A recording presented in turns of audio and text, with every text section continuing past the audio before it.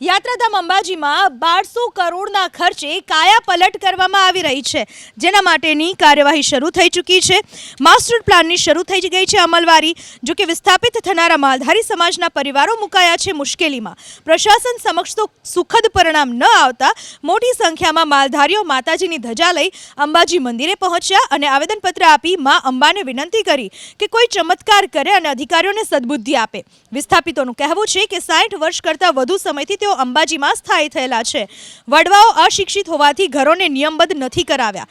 એવામાં સરકાર હવે તેમને ઘર વિહોણા બનાવવા માંગે છે।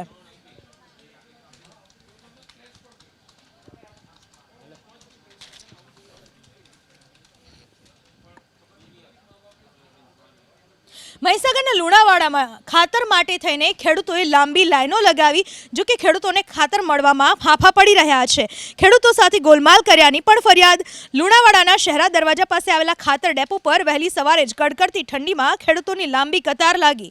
ખેડૂતોએ આરોપ લગાવ્યો કે ખાતર ડેપો પર તેમને ખાતરની બેગ તો અપાઈ, સાથે જ નેનો યુરિયા બોટલમાંથી ખાતર કાઢી પ્લાસ્ટિકના પાઉચમાં ભરીને અપાયું। ખાતરની એક બેગની કિંમત 266 રૂપિયા 50 પૈસા છે, પરંતુ તેમણે આ બધું 300 રૂપિયામાં આપ્યું। કેટલાક ખેડૂતોએ આરોપ લગાવ્યો કે તેમને માત્ર ખાતરની બેગ ખરીદવી હતી, આમ છતાં ફરજિયાત પાઉચમાં ખાતર અપાયું। જિલ્લા ખેતીવાડી વિભાગના અધિકારીને આ વાતની જાણ થતાં તેમણે આ ખાતર ડેપો બંધ કરાવ્યું।